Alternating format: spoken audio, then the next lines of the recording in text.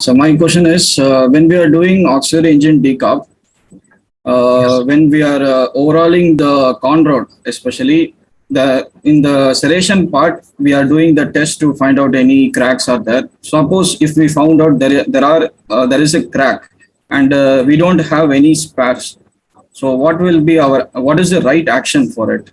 Can we You go have found cracks in the serrations of the auxiliary engine auxiliary engine con rod? on rod. You cannot use it.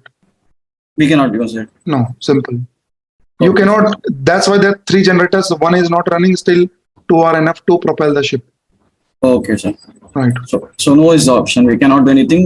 No, Not, absolutely not. Even it's a small crack, we cannot. Even if do it is a small doubt in your mind, also, Okay, you sir. have reason enough not to run this engine, because otherwise this will be catastrophic. Okay, sir. Because there are so many cyclic stresses coming on the con rod and it's con rod bolt. Because of Okay. that cyclic stresses, there is fatigue cracking, and it can give away. This can get damaged.